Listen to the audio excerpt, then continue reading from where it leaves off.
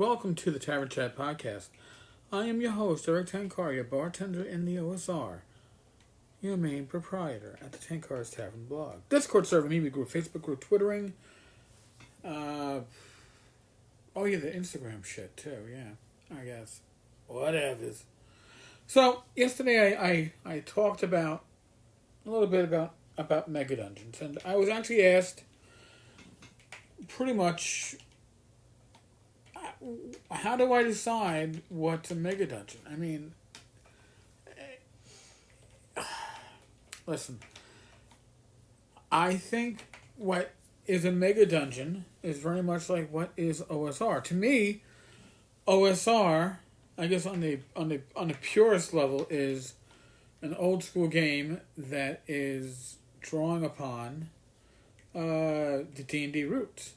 In published, generally speaking, with the OGL or something similar, but you can play it and go, hey, I'm playing a game that's strong upon Basic Expert or AD&D or whatever. It's certainly not 3rd edition, not 4th edition, not 5th edition. And then I guess you have OSR and you have old school gaming, right? And to me, old school gaming is an even larger definition. Old school gaming would be Tunnels and Trolls, which really hasn't even changed much since this 1st edition. Although we discussed the changing of certain spell names, but that's actually probably not a bad thing to have done over the years.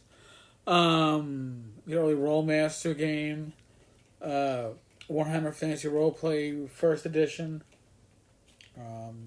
Call of Cthulhu, all these games that are, basic role playing. These are games that, all right, not based upon D&D per se, but from that era, there's a certain general lethality, I think, amongst those older rule systems.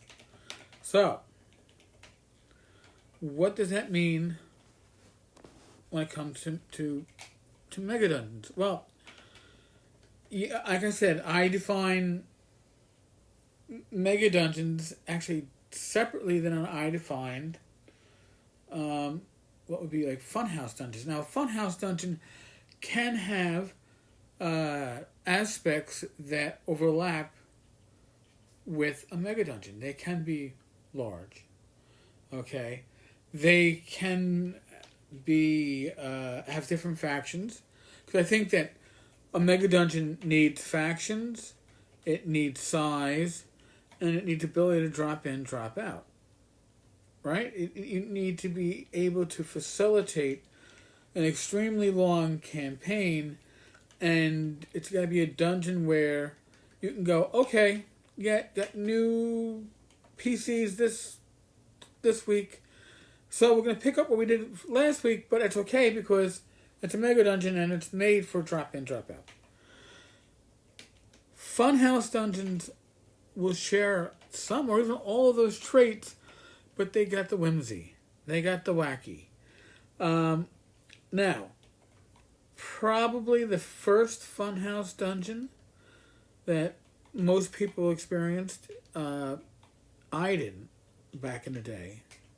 But I didn't really experience much as a kid back in the day, because I saw it was printed on newsprint, and I was like,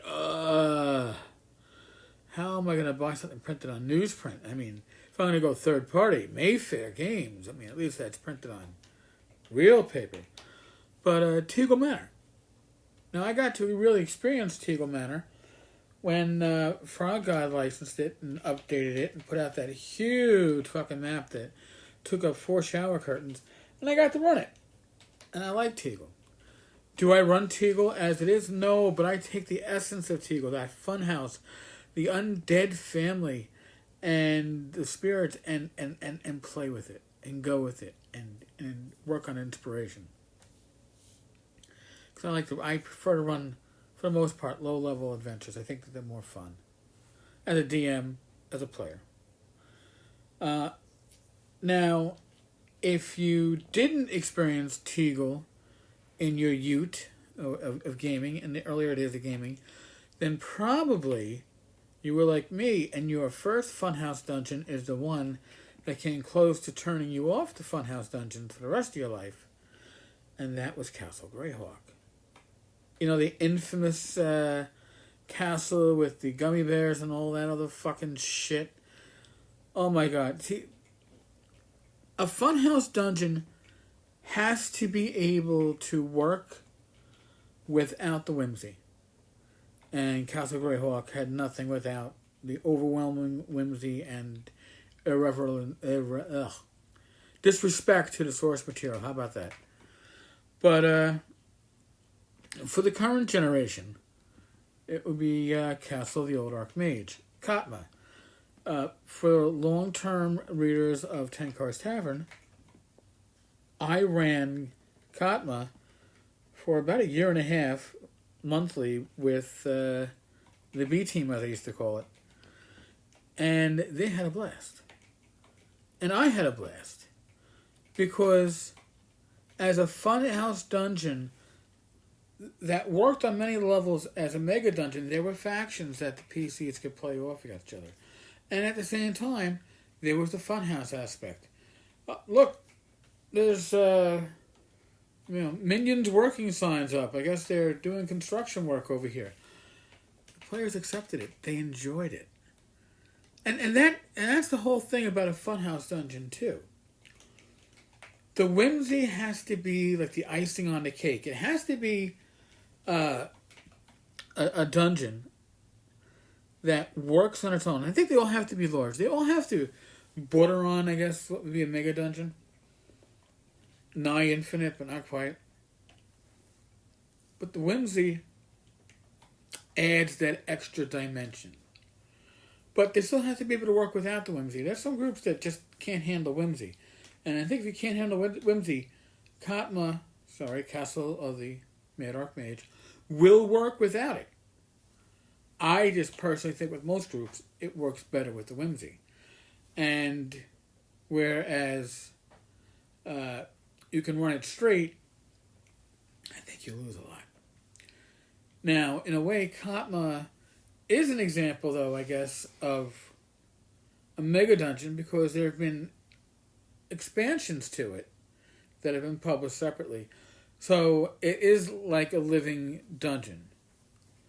And in my ran Katma, when the players left and they came back, things changed. Rooms got reoccupied. They were remembered by creatures they didn't kill.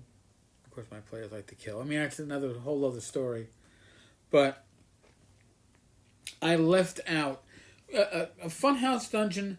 If we're doing those groupings, with the overlapping circles, and this is Funhouse dungeons can kind of intersect with mega dungeons, but I think they're defined more as a Funhouse dungeon than a mega dungeon. Whereas a mega dungeon, generally, it might have some. There will be some whimsy when we go with Rappanathic. You have the room. Well, actually, you know what? Even the magical slot machines that can summon like demons, I don't even know if that would count as whimsy. It's a little whimsy, but I guess what I'm trying to say is there is a balance, and with the right group, a Funhouse dungeon excels.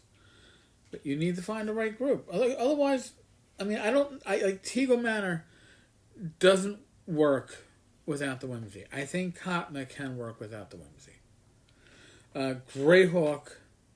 Castle Greyhawk didn't work for shit. But it's another story. I can go back and rant about that. Folks, I'm not a medical professional. I'm going to suggest strongly, though, that in the age of COVID-19, you take precautions to protect yourself, your family, your friends, your loved ones, your community. If in doubt, seek medical advice. I am not medical advice. Be safe, be well, God bless, roll those dice, and I will talk with you all tomorrow. Later, folks.